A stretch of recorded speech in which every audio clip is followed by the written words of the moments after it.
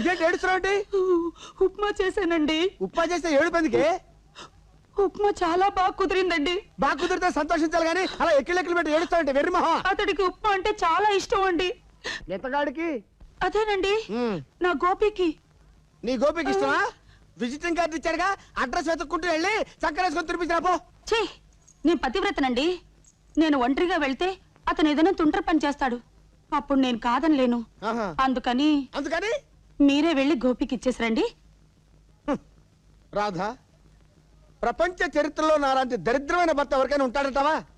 నీ మాజీ ప్రియుడికి నేను ఉప్మా తీసుకెళ్ళి ఇచ్చిరావాలా? అలా చేస్తే ఎవరుకుంటారు తెలుసా? చిచ్చి చిచ్చి చిచ్చి, నేను ఇచ్చిరానంతే. మీరు వెళ్ళకపోతే నేను వెళ్తా.